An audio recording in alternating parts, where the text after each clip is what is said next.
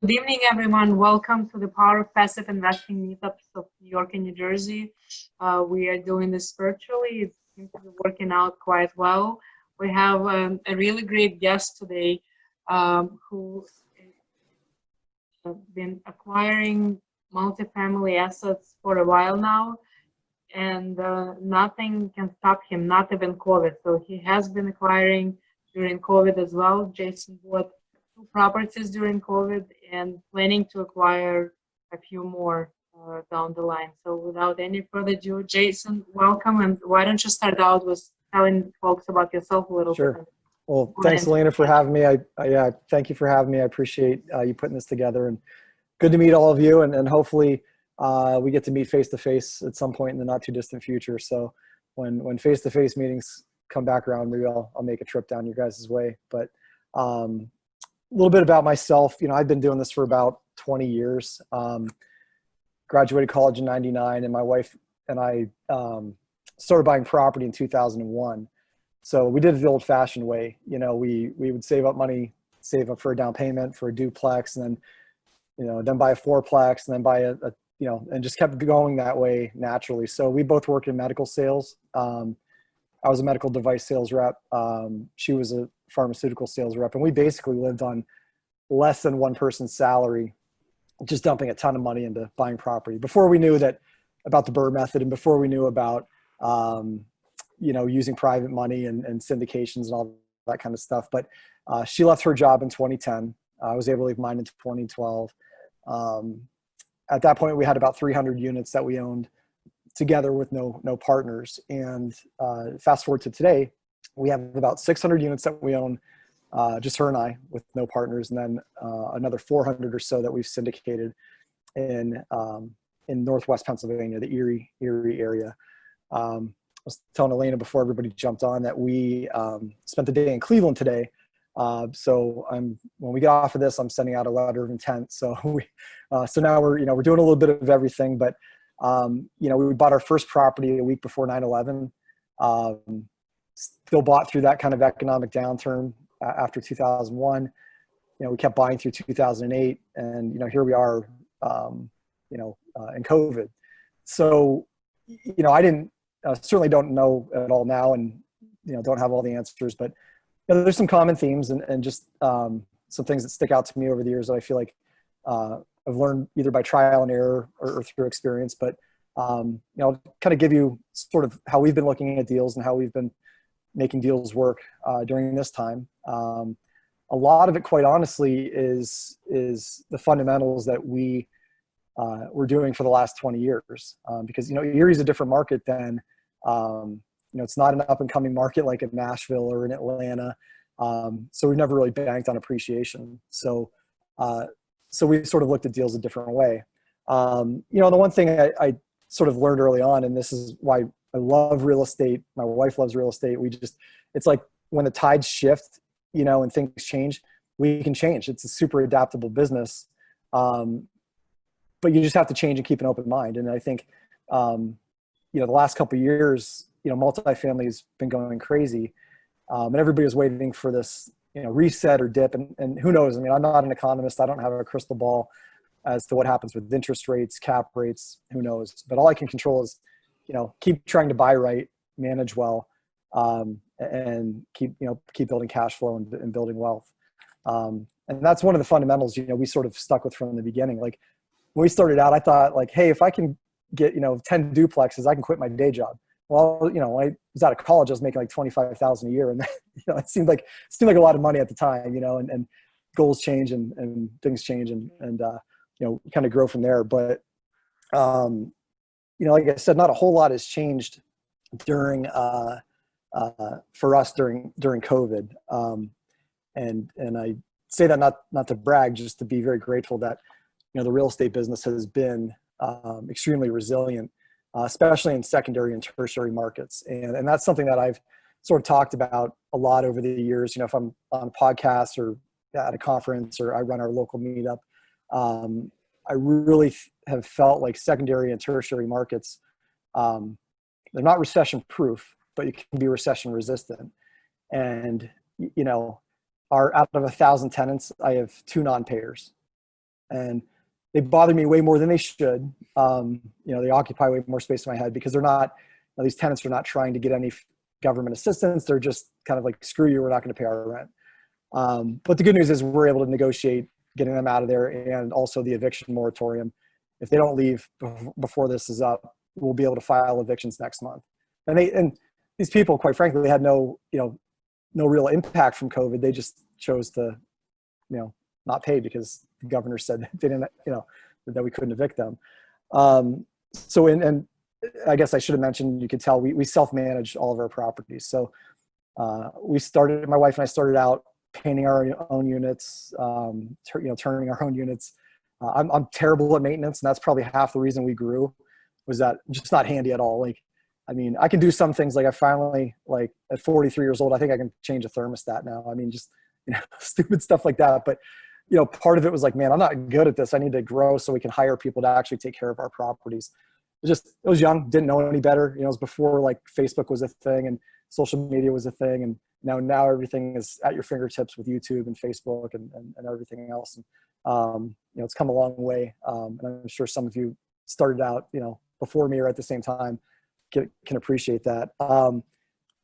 Again, we sort of chose our first market by default. So Erie, PA, that's all I knew. I wanted to get into real estate, buy some properties. And, it was before hey, I'm going to choose a market and think that, Charlotte, North Carolina is great or Atlanta is great. We didn't know any better. We just defaulted to this is where we live.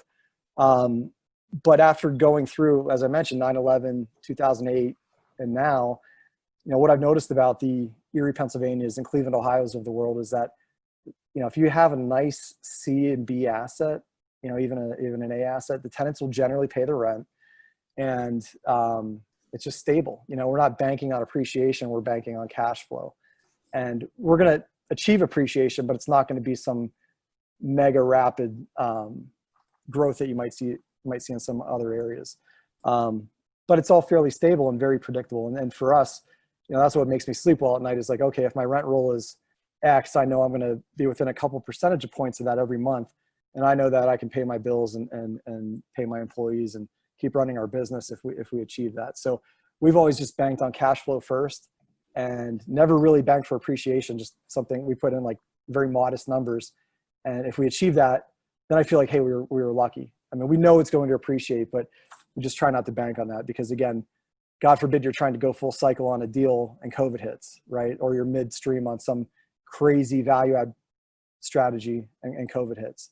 It's all good. Value add's a great strategy. That's what we do. But again, just trying to be very safe and very conservative. Jason, if I may interrupt you and ask a question. So in terms of appreciation, not every market supports appreciation. And, right. Even if that's not present, if we have the cash flow, then that pretty much covers what the value add component is about. Yeah.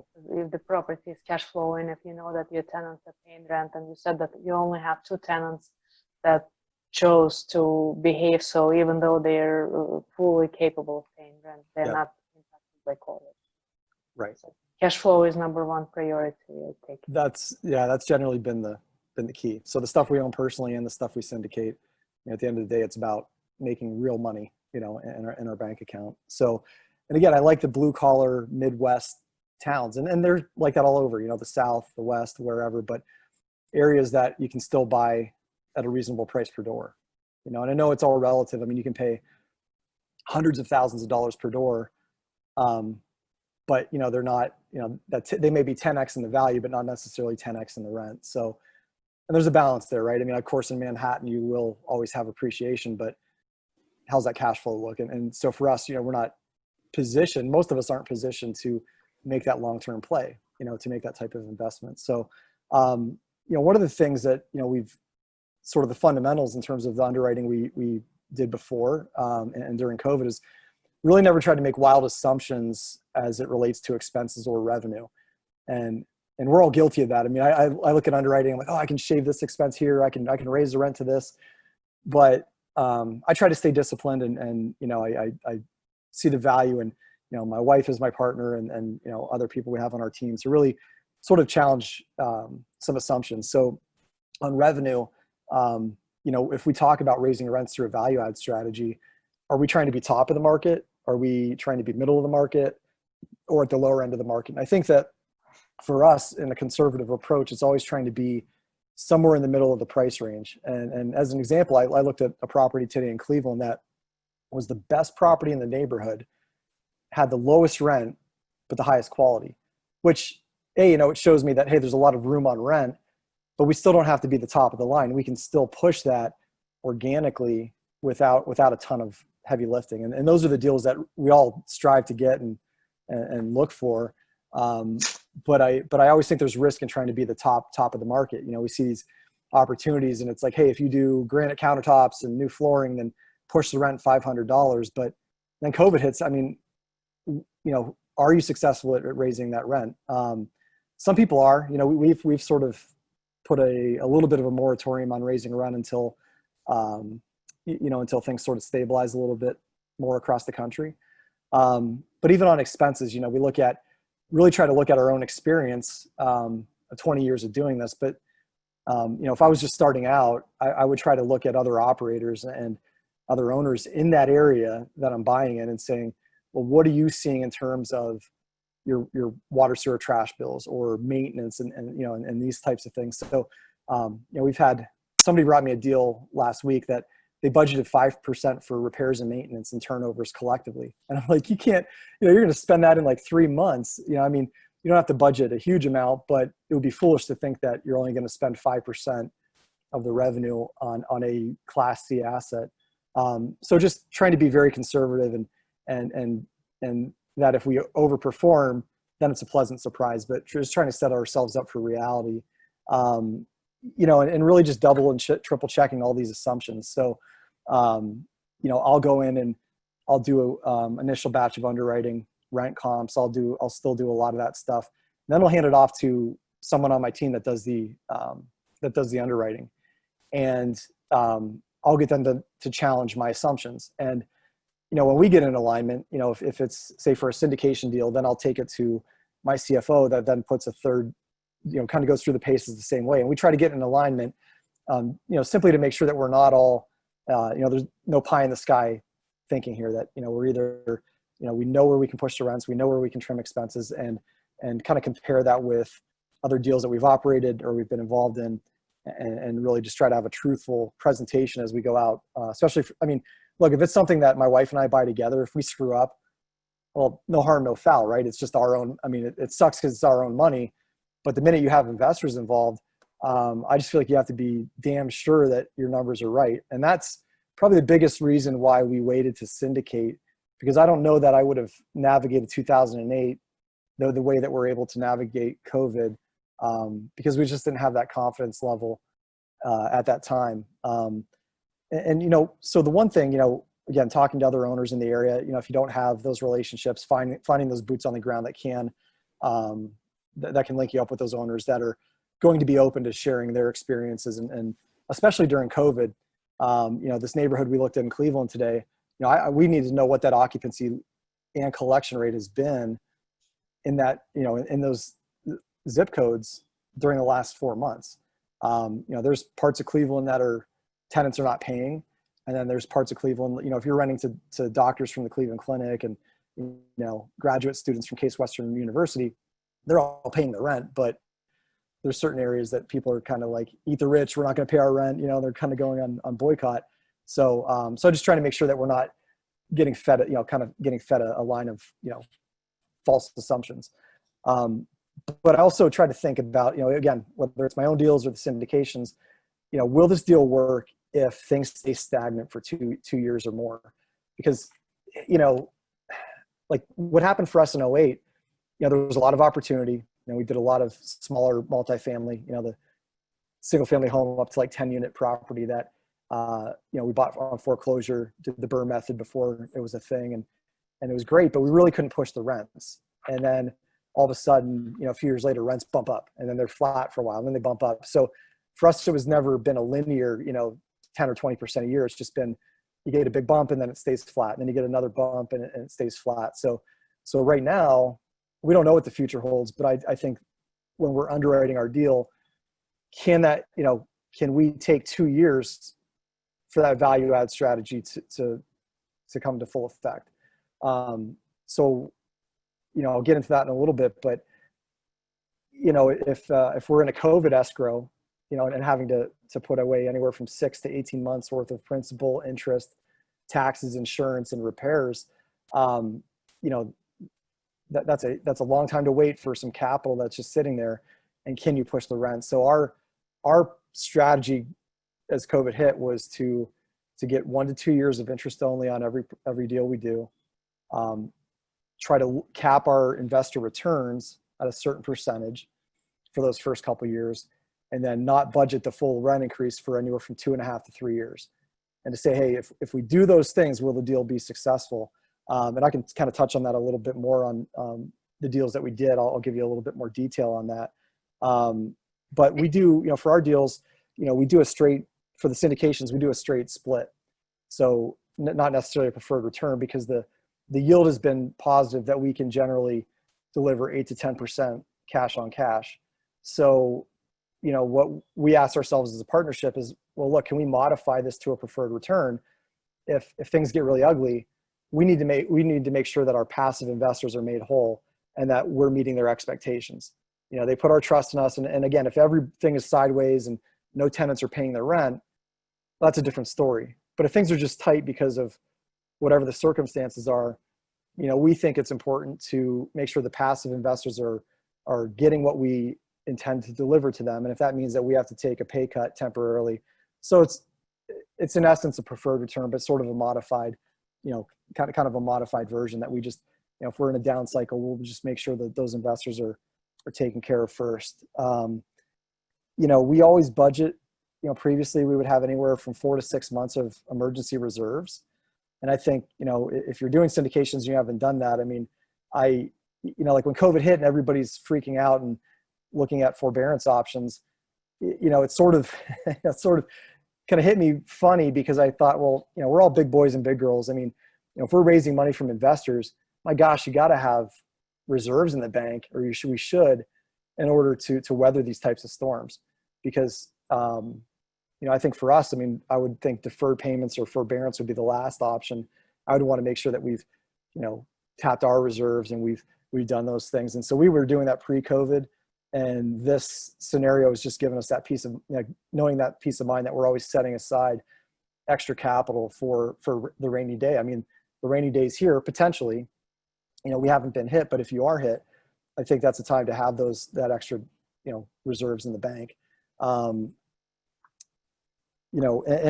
think the thing with rent growth is just looking at at least for the next several years, really going to have to pay attention to probably a much more modest rent growth, at least to be conservative. Again, I'm not an economist. Somebody can throw a bunch of data at me and convince me one way or another, but I think just common sense would dictate that, hey, there's some sort of economic reset happening. There's a ton of unemployment. Are you really going to be able to raise the rents, a huge amount? So when you're underwriting, trying to be as conservative as possible. It's always great to have the pie in the sky underwriting and assumptions, but I think going in with a modest approach, if the deal works in that way, it doesn't mean that then all the stars don't have to align for that deal to be successful for you. And obviously the biggest thing right now with agency debt is these escrows, and that's a pain, and that's painful for everybody. We just did a deal that, we had to put in 18 months of escrow. And a week later, the lender, Freddie Mac had reduced their guidance down to like 6 months. But we had to get the deal done in a certain time frame. So our entire value add CapEx budget is sitting in escrow with Sabal at this moment. But we're told when we request a waiver, we want the money back, that hopefully 6 to 9 months that'll be available.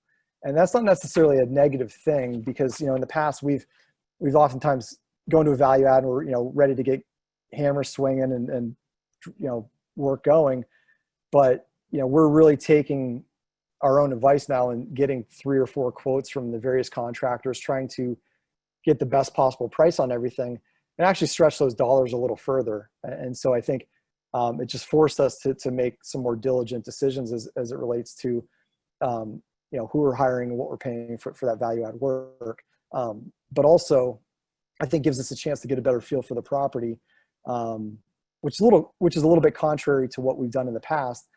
But I think big picture, long term with multifamily, it is probably wiser to take a more measured approach and not just, go in and try to execute a value add in 6 months. I mean, sometimes a property, even without value add, will take a year to stabilize under your ownership. So I try to look at the positive in that regard and say, well, yeah, it stinks that they're holding it, but it also gives us the chance to just sharpen our sword as much as possible and really even stretch those dollars further when we're ready to spend that money.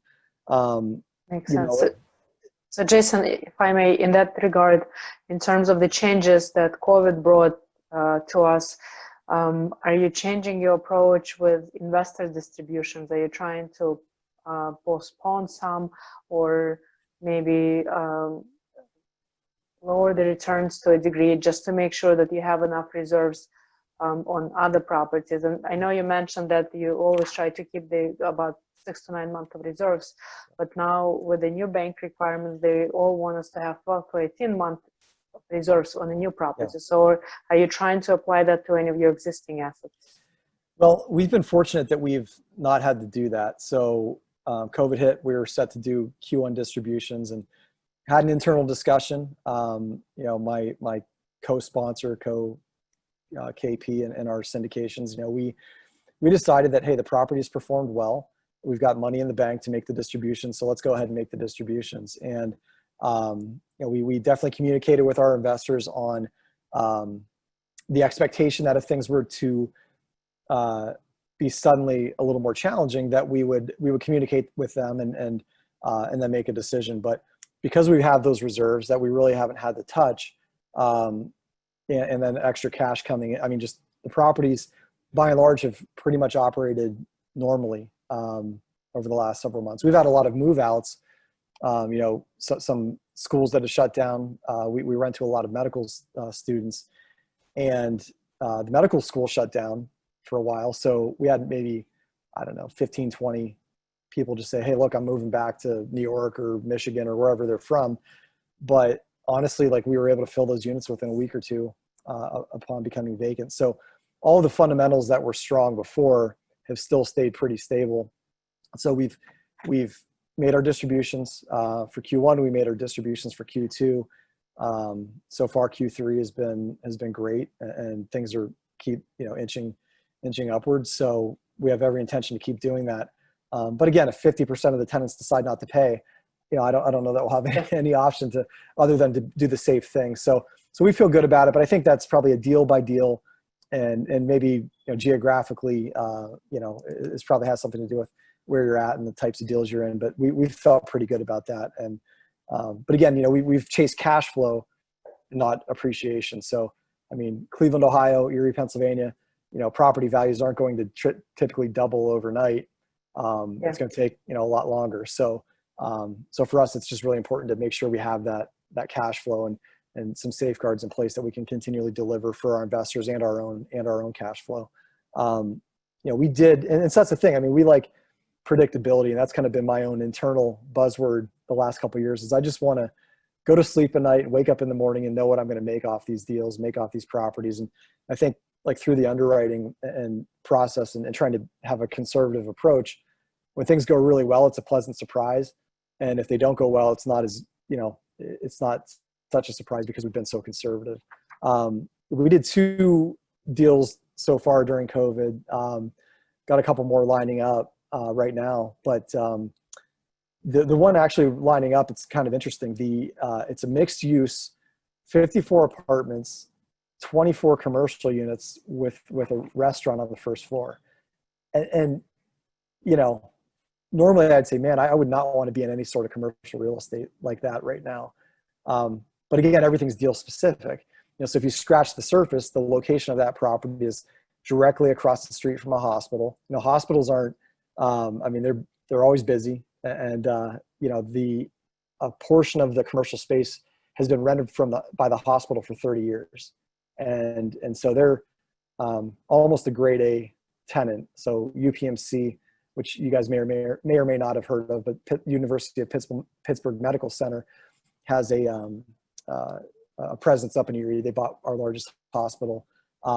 So they're there. You know, there's surgeon offices. There's the restaurant that's in place has increased their business during COVID, and they're looking to expand. So I look at some of those things and say, well, that has my interest. You know, it's not traditional office space where, you know, I'd hate to own an office building because everybody is working remotely right now. But this is a little bit of a different play because there's some medical, and some of that medical is you know, the hospital's clerical and administrative personnel that's been in that space for 30 years. And, you know, our plan B, you know, the conservative side of our underwriting is saying, well, we need to have an architect in here and design plans and have us understand the cost of converting that space to apartments or some other use. If, you know, if all of a sudden, like, everybody there starts working remotely or they up and leave to rent some or build somewhere else. So there's still a lot of opportunity out there, but I think you have to just put your creative hat on and think about, well, again, if there's mixed use, like, well, what can this space be converted to and how can we pivot if things go wrong? But we were thinking about that before COVID, and I think we need to think about it after COVID. And if, you know, if you haven't, you know, if we're just one track minded about how a property is going to work, then, you know, we're going to lose out on opportunities. So our underwriting, like I said, you know, we always want to make sure it's, you know, very conservative, but I always have in my back pocket that aggressive look, like, hey, if I can raise the rents to this and I can implement Airbnb or do these other things that can boost revenue, that's great. And I have that in the back of my head, but we never sell that to investors because all of a sudden they're going to expect that you're going to deliver that double-digit return. You know, the first deal we did during COVID was this really cool mixed use property at 80 storage units and 24 apartments. And it was owned by just a mom and pop operator, owned it since 1986. He was half occupied on the storage units and just way under market on his rent with the apartments. And since we had a value add play, you know, and we really didn't want to go through the hoops of what we had to do with the agencies, we were able to negotiate some owner financing, 80% loan to value with the owner, but we have 3 years to find permanent financing. So for us, I mean, that gives us great leverage to be able to go out to any regional banks, you know, take it to an agency, whatever the case is, but give us a chance to put our value add into it, increase that revenue. You know, it was a $1.5 million purchase. We're putting $150,000 worth of CapEx into the project. And when it's all said and done, it'll appraise between 2.2 and 2.3. So typical value add, we'll be able to cash out. You know, it's a smaller deal, but again, I think, you know, that was one strategy we used that worked well, was just, you know, getting owner financing and, you know, just so we didn't have to jump through all the extra hoops with the agency. The other deal we did was a 127 unit multifamily project. We bought it for $6.75 million, roughly a little more than 50 a door. You know, Freddie Mac required a $650,000 escrow. So the good news is, you know, we launched this deal on Friday, March 13th. We emailed our investors. We were only seeking about $2 million, and we had $2.5 million committed by like within 24 hours. So that was great. But then, you know, of course, you know, Freddie and Fannie, you know, put these escrow requirements in place. So, we said, well, that's the money we were going to invest on a CapEx strategy. We're just going to have to wait a while. But we have a year of interest only. You know, we already, in our underwriting, we took 2 years, 2 to 2.5 years for us to increase the rents to where we want to be, which is still not top of the market. It's like right in the middle of the road. So the other piece, and all of our investors were fine with it, is we said, look, we're looking to deliver, you know, 10 to 12% returns day one, but we're going to cap this at 8% for the first 2 years. So if and when things go sideways, or if our escrow money is delayed and we can't execute our CapEx strategy for, say, another year, well, then we still have money in the bank to operate, and we're not over delivering to our investors. So that we're really upfront about that, and everybody's happy with 8% cash on cash, and we pay quarterly. So they've generally been, there was no argument from anybody on that. So I just think that's a safe thing to do. And we now, we're kind of giving a caveat to all our investors that, hey, look, if all of a sudden something crazy happens and people don't pay rent, we'll communicate that to you. But having gone through, the last several months and seeing tenants still paying their rent, working through things, we've seen that in these blue collar Midwest towns that people take, they take their rent as like priority, like rent and food. And they're not as much worried about like all of the other spending, they're not traveling and, certainly not going to Broadway shows or things like that. So they probably have a little bit more money because they're not spending that, that extra cash that they had. So it's been good so far. I mean, I think, just sort of recap, a couple of things that stand out to us is just, stay in the secondary and tertiary markets if you can. Nothing against the big markets, but if you're looking at cash flow, looking at stability, it's those markets that tend to, I think, be recession resistant. Double and triple check your assumptions. So, have your team really dig in and really have an honest discussion about, are these numbers real and can we achieve these? And just don't be afraid to have those hard conversations and like second guess your own assumptions, because you might uncover something that you didn't before. But when you enter into an agreement on the deal, you're going to be that much more confident that you can make it work. Be conservative. I kept saying that over and over, but very seldom do you get burnt being conservative with your numbers, but you're always going to get burned if you're too over aggressive and something doesn't go your way. And then, interest only is your friend. My partner doesn't like it, but, I think anytime we buy a property, and especially since we're self-managing, it's just nice to have that year to roll that property into your own system. And especially when you're doing a value add play. So I was a big proponent of it. He fought me on it early on, and then COVID hit and he said, hey, what about that interest only? We're going to do that. Right. So, those have been the things that's kind of helped us and worked well through COVID. And obviously we're still all going through it. I tend to be an optimist in a lot of ways. And I think, that serves us well. We get chat with challenges every day, but landlording is not always a fun business. So you have to find humor in it and keep a positive attitude. I think that's where we're finding success, is just trying to look at everything as an opportunity and not a setback or not a downturn. And this shutdown gave just forced us as our property management company and even as syndicators to do things we should have done 10 years ago. You would think it's common sense to just upload investor documents to a portal so they can sign online. But stupid me, a year ago, I was running around to my buddies' their offices and getting them that signed paperwork. Huge waste of time. So, we used COVID as an opportunity just to streamline and get with the 21st century. You can't be, we can't be doing everything so old school. So it's been really a blessing in a lot of ways, as far as the business is concerned. So, I know there's some questions that have come in on the chat. Happy to answer those, or if anybody wants to chime in and go through some questions, kind of open it up if that's yeah, sure. Good. Let's do that. So Jason, first question, what was your partner's argument about not liking the interest only option? Yeah, he's a very conservative farmer, debt free, like with everything, and just he's not a real estate guy. He has real estate, but I think he was just seeing it as, well, we're not building any equity. And I had to sort of reframe that argument to, well, no, we are building equity because we're implementing our value add strategies. We're able to increase the value, but we're able to conserve capital in that first year while we get the property stabilized under our ownership. And I think as he's seen that and some of the challenges and the things that we go through on the day-to-day in the management, he was able to come around. And now it just seems like, to him, it's just, it's a given. We don't have to have that discussion every time we do a deal. Good.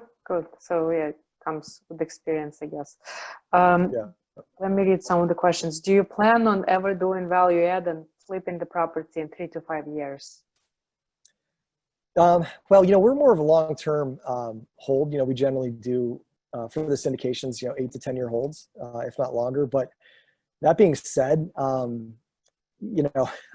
probably would flip it. I would probably personally intend to buy out the syndication on some of the properties we have. So yes, I would flip it and flip it at a fair price if that's, I have no problem doing that. And again, I think that some of the financing we're getting has a lot of, either prepayment penalty, yield maintenance, and there's that kind of cost benefit of does it make sense to do something alternative and flip something in a few years and maybe go with a CMBS loan. But I think in the Midwest, in these sort of like slower markets, 3 to 5 years might be a little aggressive, even for a Cleveland. So I think it's probably more along the lines of like 8 to 10 years. But look, everything has a price. I mean, if we can go in and add a ton of value and add millions of dollars of value to a deal, I mean, why not, right? But you always have to have a place to put the equity the next time around. So, I mean, I guess things have to line up. And if we have a place another deal to go into,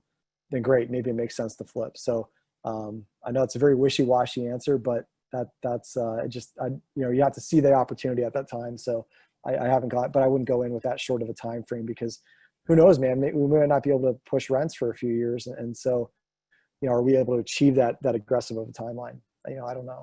So would you say it has more to do with demographics and the fact that this is tertiary markets that supports the cash flow but does not necessarily support appreciation, and that's why it's taken a lot longer for the property to get to the point where it makes sense to sell? Exactly. I mean, Cleveland's a little different. Like when LeBron came back to town in 2014, I mean, like real estate and everything in Cleveland just boomed again. And that, like, Cleveland was the place to be for a lot of people. It's still a great place. There's a lot happening, but when like sometimes the success of that market, I mean, strangely enough, is dependent on like how well the sports teams are doing. And if people are coming downtown and spending their money downtown, and then you see the values of properties and businesses go up, and there's that all around general excitement and pride in the market. Erie never really has a boom, but it's never really had a bust either, because the prices are so low that, I don't want to say there's not any lower you can go, but it's like, we're getting things at $50,000 a door that are beautiful, and I paid more than that in Erie, but generally speaking, you can find really good deals in areas like this. And most of these are through broker relationship? Broker and off market. I'm president of our local RIA. So it's a landlord association with 1,600 members, and we do our monthly dinner meetings, and we get anywhere from 80 to 140 people that would show up. And over the years, we just network with the old mom and pops that maybe they own 10 units, maybe they own like some really nice 200 unit complex, right? And you just become friendly with them, and when the time's right, the opportunity presents itself. So I think sometimes that's just the networking has been a huge factor for us. But yes, the broker relationships have been huge for us the last couple of years, because they've been able to uncover some really, really quality property for us and get the sellers motivated to sell and things like that. So it's a little bit of everything. Great. But yeah, relationships do make sense, especially when you continue building them and not just a one-time thing. So yeah. I think you made a really great point about having those dinners, lunches, and continue to communicate with investors and people in your community, especially in the RIA group that you belong to. So yeah, that makes sense. Okay, let me read a few more questions. Are there specific cities, towns in the Midwest where you're finding the best opportunities? Yeah. So like I said earlier, I'm from Erie, PA. Up until now, all of our deals have been in the Erie area. Like I said, we're getting our first deal in Cleveland. I think Cleveland's a great, honestly, most markets in Ohio, Cleveland, Cincinnati, Columbus, Dayton, those are great. There's a lot of really awesome suburbs of Detroit. Detroit gets a bad rap. I mean, and like any city, any area, there's going to be rough areas and challenging parts of town, that maybe have too much crime and things like that. But I think like any of those types of smaller cities, Buffalo is great. Rochester, the only challenge I think is, New York is a state. You might be hamstrung a little bit. depending on where things go with the ability to evict, and if it becomes a little bit more restrictive. Like New York City, I understand is challenging as a landlord, but like upstate, downstate, down in Buffalo area, it's been pretty good. Pittsburgh's a great market. I mean, I think those types of cities, that just that blue collar Rust Belt type of sensibility. Indiana, Indianapolis is a great market, and there's a lot of people doing deals that, like, wow, that's a great, it's not Indiana is not a growth state, but it doesn't matter. I mean, you can create a lot of cash flow out of some really solid properties in that state. Excellent. How do you view long distance investing? Well, I used to be against it, but because I didn't know, I just didn't know my own limitations. And I'd say, well, why would I ever own in some other area? But, as we've syndicated and seen, investors come into our area from California, Colorado, New York City, you name it.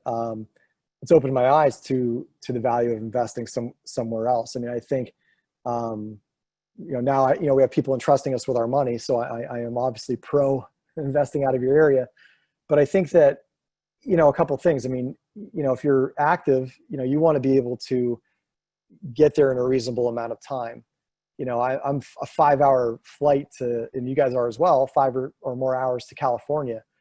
If you're the KP on a deal, that may be hard or pose some challenges to run something in California, but maybe you have the capacity to jump on a plane and go out and handle issues. And so I think that you have to look at your own personal situation, right? Look at your family life and your social life and say, well, am I really realistically going to hop on a plane if shit hits the fan, to make sure that the deal keeps going well. And so it depends on what level of involvement you want. But, if I'm a passive, I guess I'd be happy to invest anywhere as long as I trust the syndicator and I trust that they've got a track record and that they're going to deliver on what they're selling. So I think it's a good idea, but you just have to see, what capacity do you want to be involved in, and can you trust yourself, if you're going to be the active person, are you going to get up and do the hard work if you need to? Great. Next question. What size properties do you generally look at? So anymore, we'll still buy, my wife and I will personally buy, the 10 to 20 unit type properties. But generally we'll try to do that in a package, if they're all side by side or like in a neighborhood. So we might buy like a 30, 40, 50 unit portfolio of 8 to 10 unit properties. We're actively selling off all of our property that's 4 units and below. So, we have a few, 6 units, 7 unit, but they're close by other larger assets we have. So in terms of managing that from a maintenance and property management perspective, a little bit easier. So, but when we're syndicating, like we did that 24 unit deal with the 80 storage units, we had 7 investors, including myself. It was just a small kind of a joint venture type of deal. And then, we just wrapped up that other deal. It was 127 units. So it's got to make, something's got to make sense. So we're not going to turn away a 40 unit. I think sometimes that's the bread and butter that a lot of larger syndicators aren't looking at. But I like if I'm going into a new market, like in Cleveland, we're going to buy 100 units because, if we're going to property and asset manage that, it's got to be worth the while of my office manager or my asset manager and the people on staff, and be something that is motivating for them as opposed to just being like a pebble in their shoe, and annoying. So I think like out of our market, it's got to be 100, maybe 80 to 100 units and above. Excellent. Next question. How do you approach your market analysis? And so that to top that, how do you find state, town, area, and then the property itself? So the easy answer is that, I just did it the old fashioned way. It was my own town. So that's all I knew. But I tend to go with cities I know. So I've been involved passively with a few coaching students, and I generally think that I try to look at markets that fared well during 2008, that are faring well right now, that aren't, look, I love San Francisco. I'll travel there anytime. but I don't know that I'm going to invest in a city that has rent strikes. You know what I mean?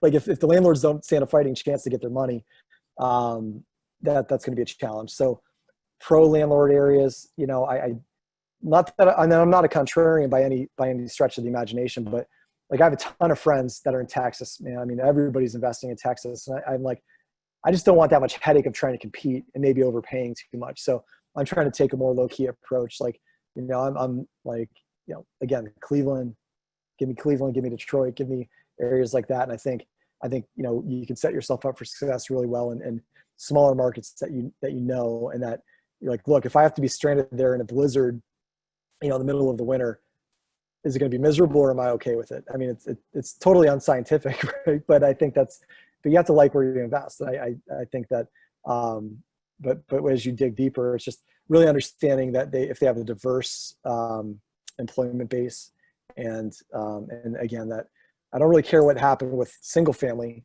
you know, in 2008, because everybody in the country, every market was hit. But how did multifamily fare over the last 20, 30 years? And has it ever had a down cycle? And that's really like the key fundamental that I look for. And you know, again, in terms of part of town, you know, you look at crime, you know, you look at the crime rates, things like that. I mean, that's a huge, you know, you just don't want to have to, I mean, there's nothing wrong with, you know, we had some D properties, and when you manage them tightly, they worked well. But the minute you took your finger off the pulse, you know, things would go wrong. And I think being out of town, you know, you want to focus on the better, you know, C and B assets. So would you still go to a C to C minus area?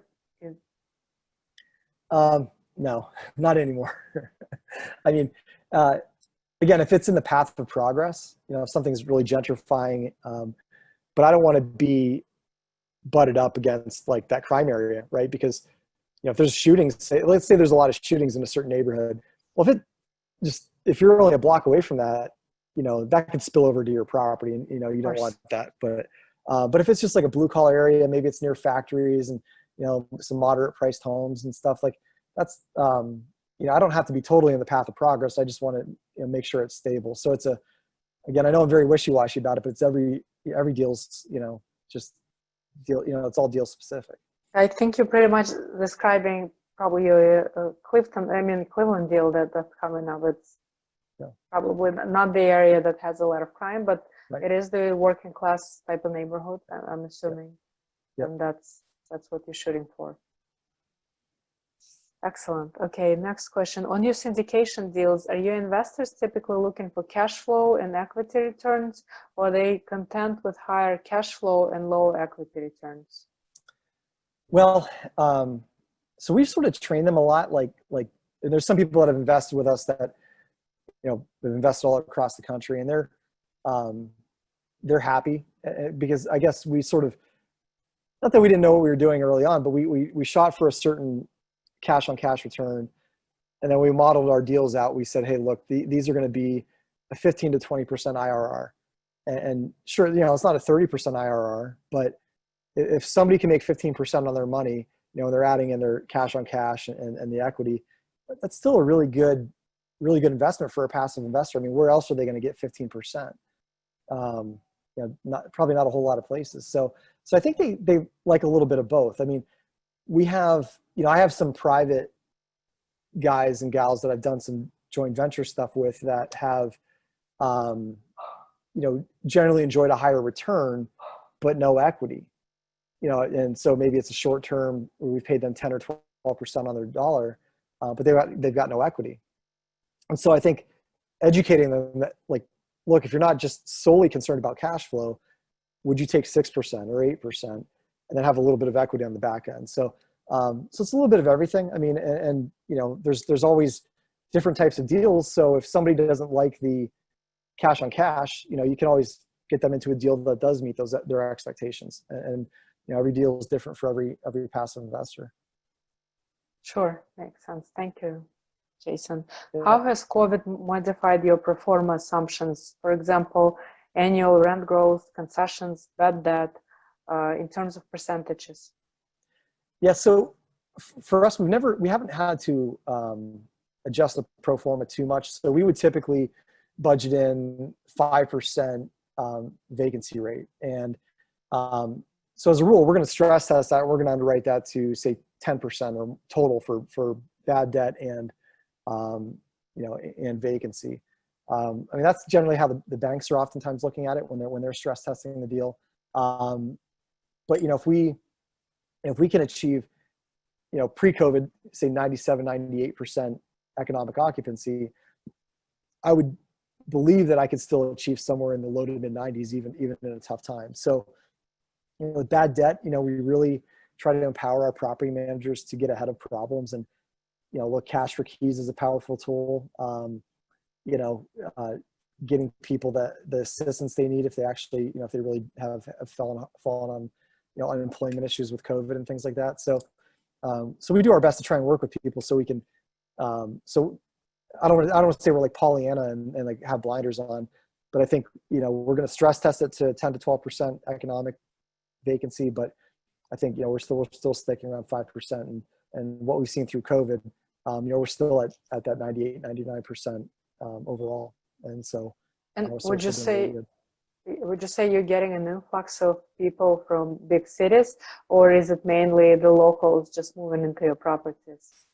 As you said, you were able to replace a lot of empty units from. Well, yeah, it's funny. Yeah. So a lot of folks from New York City have moved into some parts of Western New York. As everything was happening, there was, I couldn't tell you the exact numbers, but there was a lot of local stories about, out of town people kind of moving and taking up permanent residence at their second homes. What we've seen in our area, I think a lot of the younger generation. So a good friend of mine, he's a real estate broker in town. His daughter graduated Penn State, lived in Manhattan, had this great advertising job, and it all moved online. And so she was thinking about it like, well, I'm in Manhattan paying however many thousands of dollars a month in rent, which was basically subsidized by her father because, she wasn't making that great of money.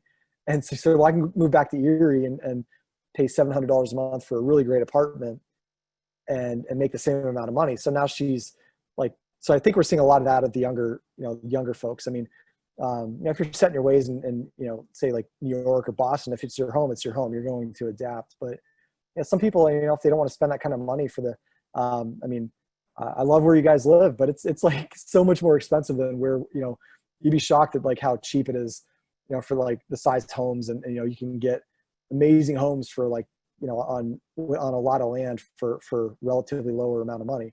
But again, we don't have Broadway, we don't have the, we don't have the culture, we don't have the, the restaurants. And so it's a trade-off, but you can hop on a plane and be in, New York in an hour and a half. So, if you really want to make a weekend out of it, and that's sort of how I think a lot of folks will view like in the small towns. It's like, well, look, if I want the big city thing, what am I doing during the week anyways? Right. Like you're working, every town has a Walmart, but what are you doing Monday through Friday? Most people spend their time working and not doing a whole lot else. So, so I think that's sort of been the mindset of people here. And we're seeing the younger people kind of coming back and appreciating the slower pace a little bit.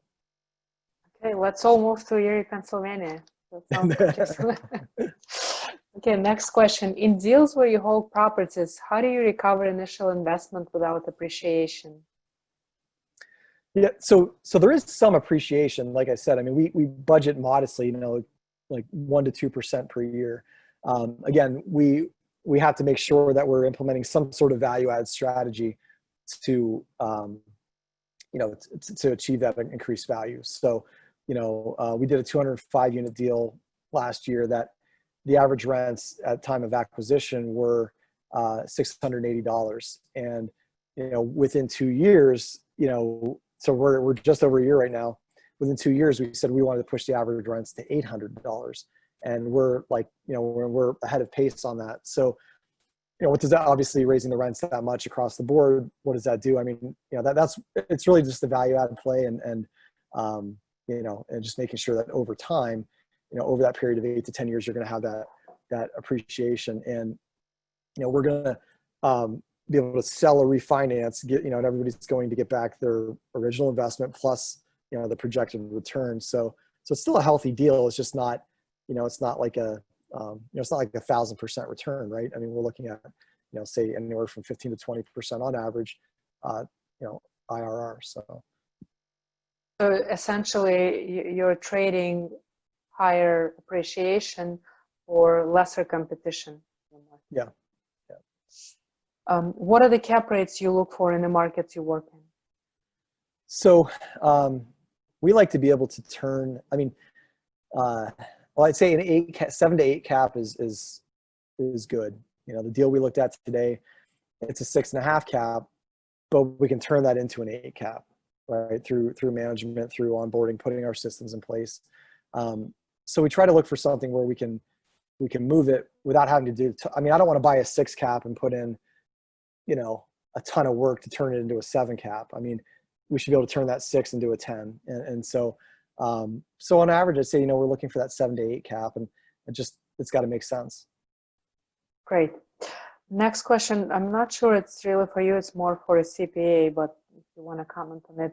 Is 1031 exchange as good as it sounds? What is the status now? Heard that top politicians wanted to restrict, kill it. Yeah. So I've done a couple 1031 exchanges. They were great. And I've sold some property and I've not done it. And that was great. And so I was actually on a mastermind last week. I'm part of Rod Cleef's mastermind group. And, you know, if you guys don't know who he is, he's got one of the top real estate podcasts. And he had Tom Wheelwright, who is a CPA, is one of the Rich Dad advisors, has written a couple books. Well, Tom came and presented to the mastermind group. And I was just happy because I think I shared his opinion, but he said 1031s are way overrated. Like, there's a time and place for 1031s and DSTs, and that's great. But at the same time, if you have enough depreciation to offset your gains, it doesn't really matter. I mean, so I guess again, that's a CPA question, and that's all dependent on your personal situation. And I mean, at some point in time, somebody's going to have to pay the tax, you know, whether it's your kids or your grandkids or your dog or whoever gets the property, you know, when you pass on. I mean, that's the question. I mean, and yeah, again, it's at a stepped up basis, but really to know that, you know, if it's right for you, that's a CPA question. I mean, for me, it depends. We're selling a couple properties next month, and you know, we have enough depreciation to offset the gain. So I'm just going to take the money and not be bound to have to try and find something to put it into. Yeah, and I would add to that the answer typically depends. It depends on a specific investor situation. It depends on a specific case, a specific asset class, and what's going on with the economy and where you are with your asset altogether. It's not black and white in general. Next question. How do you find new investors, and how have you adjusted finding investors during COVID? Yeah. So most of our new investors, you know, have come from just networking and referrals. So not really been very good about marketing. It's just been more, one of my buddies from one of the masterminds I'm involved in said, you know, what worked for him and it seemed to work for me was just go to old school referral. You know somebody that knows somebody that might want to invest in real estate, and having that, you know, breaking bread with them, having coffee, having a drink, whatever it is. And that, you know, that's been the best way that we've done it. Now it's not to say that, you know, going out and being on 1,000 podcasts and, you know, doing these types of things are very useful for meeting people that would want to invest in deals. But for us, it's always been just try and network, try and meet people, explain what you do, build that trust. And it's just, you know, it's a grind, but, you know, I mean, I'm an extroverted introvert. So, you know, even though I'm quiet at times, I like to meet people and talk to people. So to have a conversation, to, you know, again, pre-COVID, go out for a cup of coffee, go out for a lunch, talk real estate. You know, if it's a doctor buddy or a lawyer friend, and then they invest in a deal, and then they're so happy about it, they're telling all their friends. And so, you know, now all of their friends want to meet. So it's been like just that sort of networking, and it's a grind, but I think you know, it builds a lot more trust than, you know, just some, you know, I mean, you really can't take anybody just randomly, you know, contacting you. But I think that that's really just been the thing, is networking. And during COVID, you know, we launched our deal, you know, we had a lot of people that wanted to get into the deal, we oversubscribed. We got to a point where we were oversubscribed. We've basically just kind of kept up with everything via Zoom, and now things are loosening up in Pennsylvania. So there's outdoor dining and things like that. So still trying to do a little bit, face to face when we can and when it's practical, but not as aggressive with that. But it's a grind. I mean, I think you just have to invest that time into breaking bread with people. Like there's a guy I talked to today, came into a deal last year as a referral, and now he's a source of deals. He's a source of funding. He's from Cleveland, but would have never met him and never become friends with him without that referral. And so, you can almost get too many friends, but you try to be, just try and spend that time to be friends with them. And it's hard at first, but you'll build that momentum and be able to get people to trust you and invest in your deals. Makes sense. Are your deals typically 506 Bs or Cs? We're doing Bs so far. Toyed around with C, but I just, haven't really had the need to or wanted to do that yet, but we may. But so far, it's always been a B. Thanks. And just to explain for those that don't know the difference between 506Bs and 506Cs, 506Cs allow you to publicly advertise your deals, but then only accredited investors can invest. And 506Bs are the ones where you cannot publicly advertise, and you also need to have pre-existing relationship with your investors, but your investors can be accredited or non-accredited. Mm-hmm. Next one, evictions, the elephant in the room. We have recently found a home with a nice cash flow, but spotted the existing tenants living there with children. How do we protect ourselves from governmental pushback, eviction moratorium extension, and tenants not paying for one of many reasons? Yeah, so I think that one of the big things is understanding the local eviction laws and regulations in the areas you're investing in. So, here, in Pennsylvania, I mean, we're stuck till August 31st. There was July 12th, and before that, it was, it just kept getting pushed and pushed, and who knows what's going to happen, in 2 weeks. But I think for us, I mean, what we did early on was talk to every single tenant, making sure we knew where they were at and working with them and linking them up with the appropriate resources if they fell in hard times. We've also done cash for keys, trying to, we try to be kind and manage with a heart. We're not just, we're investors and capitalists, but we're not that typical, the greedy landlord. I mean, and maybe we are, but at the same time, we have a heart. And so I think, there's always going to be people trying to game the system. But, like I said, we have two right now that are doing that. And we just really work to, there's all this CARES Act funding for people that have fallen on hard times. So our property managers have been working with those folks to get that assistance to get them over this hump. And again, if somebody just says, hey, I'm not paying rent, we have had a few that were behavioral that we are allowed to evict for behavioral issues. So whatever that may be. And at least in our area, we found that the judges are, very open to that because, they may owe us money, but at the same point, we're not going after the money. We're going after getting our property back because of some other lease violations. But again, is it different in California than it is in New York? And it's different in, Philly than it is in Erie, PA. So just understanding that area, but where you're investing, but making sure that, the folks that you have as tenants or your property managers are managing, that they have a relationship and a rapport that, if things get wild and they don't want to pay, it may be better for you to give their security deposit back, even if they've trashed that apartment, than for you to wait a year to be able to get them out of there. So I think sometimes you can just try and negotiate that away and say, look, we had a girl say, look, I mean, you haven't paid rent in however many months, but you've refused to sign any assistance paperwork. So when this thing opens back up, you're going to get sued. It's going to be on your credit, and so you can move, or you can come in and just sign the stinking paperwork. Take you all 5 minutes, and you can, we can all go about our day. So I think you just have to take every situation, on a one-on-one basis. But it's, if you just have a deadbeat tenant, I mean, sometimes it sucks. I mean, somebody called me up the other day asking what they can do. They had a couple deadbeats, and unfortunately there's like really nothing. So hopefully, like tell your bank. I mean, if they're a smaller landlord, like get some deferred payments, go into forbearance, do something, tap a line of credit. But this will pass, and whether it's a month from now or 6 months from now, you'll be able to get rid of those tenants. So Great. Next one. Do you have a reason why you're vertically integrated, meaning manage yourself versus hiring third-party property management company? So when we started, we didn't know any better, right? Like we were buying, building up this 1,000-unit portfolio, a couple units at a time. And so I didn't know any different. We saw mom and pop landlords that were mentoring us that, hey, they had 30 units, 50 units, 100 units, whatever it was.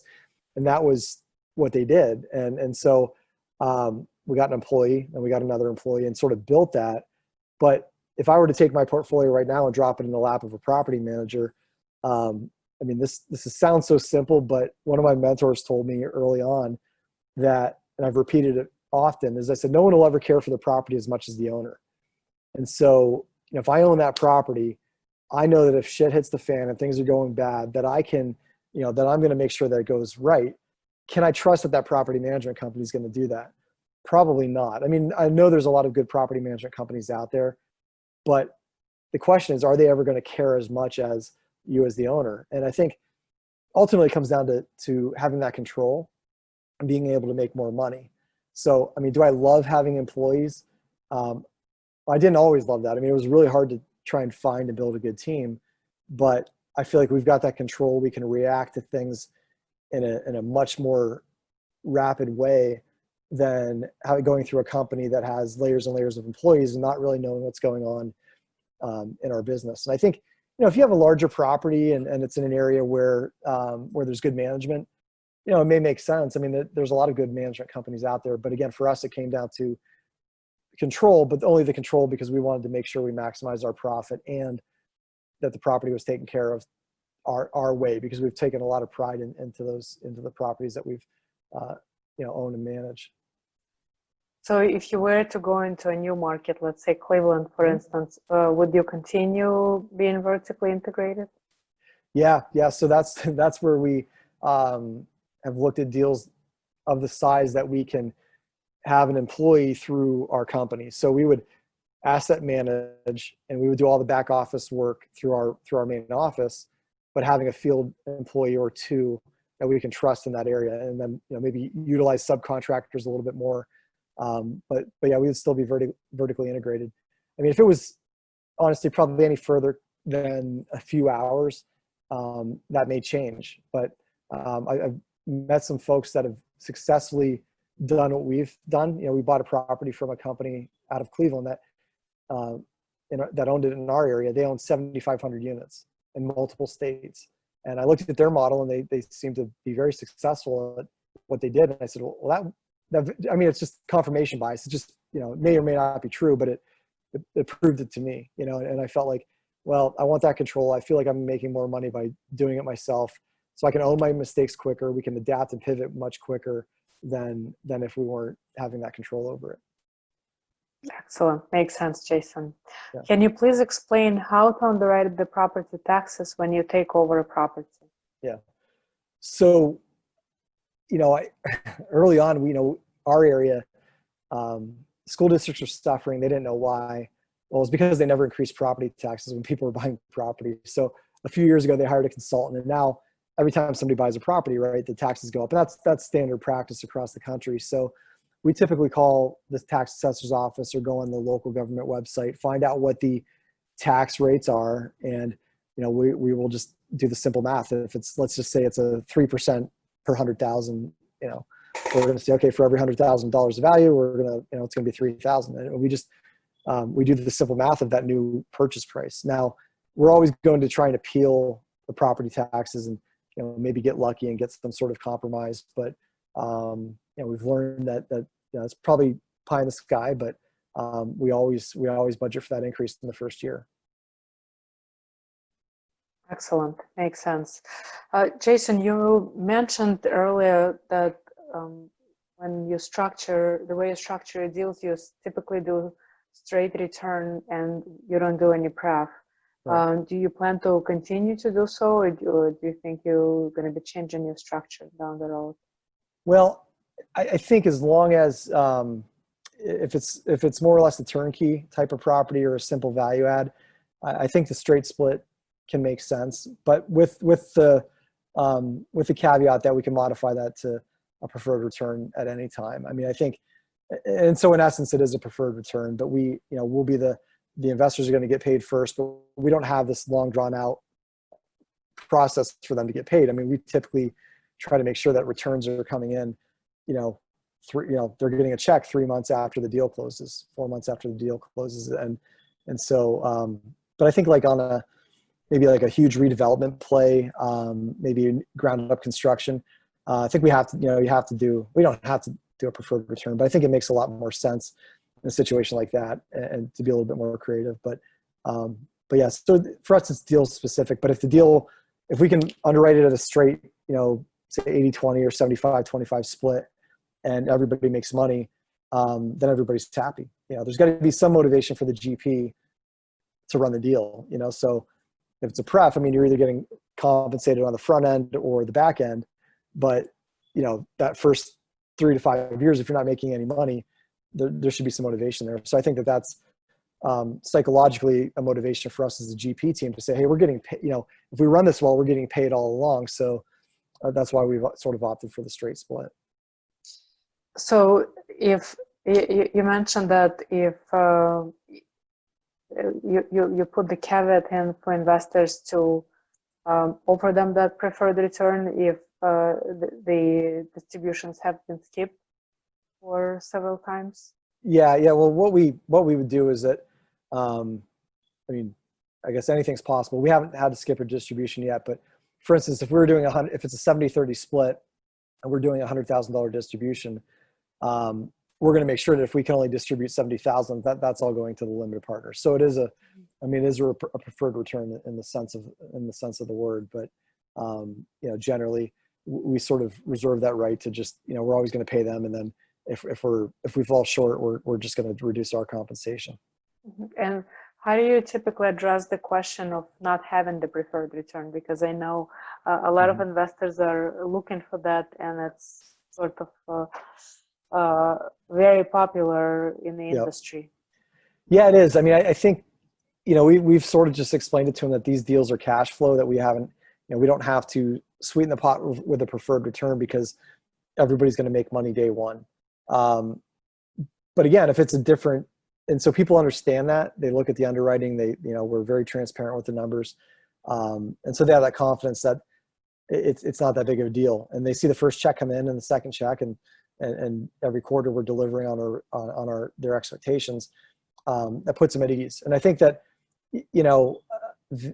the thing is, the folks that have questions about it, we're happy to put them in touch with other investors that have been in our deals as a testimonial, to say, hey, how has it been? How have things gone? So it's not really been an issue. But again, I think on a different type of deal, like if it's a really strong value add or big redevelopment play or ground up construction, I think we would just do the preferred return without question. Are you planning to do anything other than value add? Soon? Yeah. I mean, we love, if we found the right property to, convert into apartments or like a ground up construction. I have a local developer here that in Erie that we're going to partner up and we're in the early stages of looking at some locations in Columbus. So he thinks he's found the land. And so we're going to build 2 to 3 developments in Columbus, Ohio, and then move to Charlotte. So yeah, we're planning on it. Again, still early stages, but just trying to make sure we have kind of all of our I's dotted and T's crossed with that. Excellent. Oh, great information. Thank you, Jason. Guys, are there any other questions? Say if anyone wants to jump in and just ask a question, feel free, or you can post it in a group chat. Jason, I have a bifurcated question. Okay. I don't know if you can hear me. Yep. One is, I heard between 8 and 20%, if it's cash on cash, would there be the opportunity of deducting interest, taxes, depreciation, amortization? Or is that just only on a limited partner? I'm sorry, you're saying for like For the investor, for the investor. Yeah. So I'm sorry. So the question is, can the limited partner A limited partner share? should be able to do that, but Yeah. can the cash on cash be able to do that? Or is that a different investor altogether? Well, so in the syndication, I mean, I think what you're asking is like, if somebody's getting a return on their investment, can they participate in the depreciation and things like that, right? Right. Okay. So if they have equity in the deal, so as a limited partner or a joint venture, as long as they own a portion of the deal, they can share in that. If they don't own the deal and they're just lending money, say as a promissory note, then they wouldn't be able to do that. But if there's as little as 0.5% of equity, then you would have some ownership in the deal and you'd have that particular portion of the depreciation. And the second part of that question was a side note. I was wondering, did you work for Medtronics or Osteonics when you were a medical device salesman? No, I worked for a company called Acclarent, a company called Intuitive Surgical, and Intuitive Surgical. Yeah, right. and then They have the Da Vinci. they do, yeah, and that was great. We was benefit of coming in sort of early and going through the hard Did you have times. stock in that? I did, yeah. Oh my God! I was only there a few years, but yeah. I mean, they so that's a surgical robot. If you guys haven't heard of the Da Vinci, but they were still in startup mode when I joined that company, and it was, boy, man, that was a tough go. I mean, they were brutal, but you kind of put hair on your chest and sink or swim. You know what I mean? So Nice. Thank you. Rick always impresses us with his encyclopedia-like knowledge. So thank you, Rick. Keep doing that. Okay.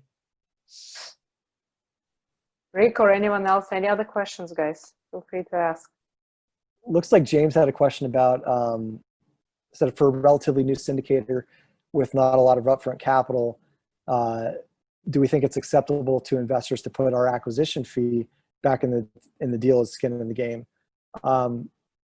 So the short answer is yes. I mean, I think investors will, if the deal is right, investors will accept what you put out to them. We don't take acquisition fees on every deal. Some we do, some we don't. I think most investors will be okay with you being compensated. You're taking risk, you're putting the deal together. So it's fair to assume you're going to be compensated. I think it would be fair to put your money back in the deal or that acquisition fee, as long as you're not diluting it to like a 3 or 4% return or something. As long as it's not like something egregious. But if your percentages and your splits are in line with industry standards and everything's fair, and the investors are making a fair return, and what is fair? I mean, fair is whatever you agree on. But I think that if you're delivering for them, most investors are not going to balk at that. I mean, if you say, hey, I want a $500,000 acquisition fee, but you don't deliver, and you've got equity in the deal, but you're not delivering returns, they may have accepted that the first time, but the second time around, they may have questions. So I think as long as you can deliver and on people's expectations, then it shouldn't be an issue. Excellent. And Jason, how do you determine as to when to have acquisition fee versus not? Is it strictly based on what the deal can support, or is it how much work do you guys put in? A little bit of both. I mean, again, my partner and some of our syndications in Erie is very, very conservative, and his feeling was that he was viewing it like we were robbing from investors for taking an acquisition fee, because we were also getting this huge GP percentage in the deal. But as we've done multiple deals, he's come around, and I said, look, if it's something that takes a lot of heavy lifting, then, you know, it would be appropriate. But like the deal that we did that, you know, we just did the 127 unit was a 75-25 split. So, you know, my wife and I had 12.5% roughly, and he has 12.5% roughly. And you know, we sent out an email and raised the money in 24 hours. It's like, it really wasn't that big of a deal, you know? So we didn't take it. But you know, this Cleveland deal, it's a little different, and there's a lot of other moving parts. So I think, you know, I'm of the mindset that you probably should charge something on every deal. But again, it depends on, you know, if you have a partner, how they view things, and you know, compromising. Some people don't take them at all, and it fattens the deal for everybody. And you know, I'd rather not be greedy and just continue to have happy investors and happy partners. But I think where it's warranted, you know, we push for it, and you know, and it's fair for everyone. Yeah. And I personally, I don't think having an acquisition fee is by definition being greedy. It really depends on the percentage you take. You know, if it's too high, if it's anywhere between 1 to 2 to 3%, it's still pretty low. But you know, people are taking, in addition to acquisition fees, other fees, then you know, that's a separate story. But otherwise, if you're doing that initial groundwork, finding, negotiating, inspecting, and buying a property, you put a lot of effort into it, so you should definitely be compensated for it. She put $200, but she said she wrote she had. Guys, someone is not on mute. They got themselves muted.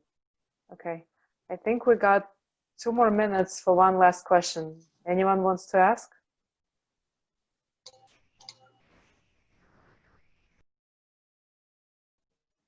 Going once, going twice. Everyone's good. Well, Jason, it's been a pleasure having you on. Thank you so much for all the value you brought up and answering all the questions. It's been great.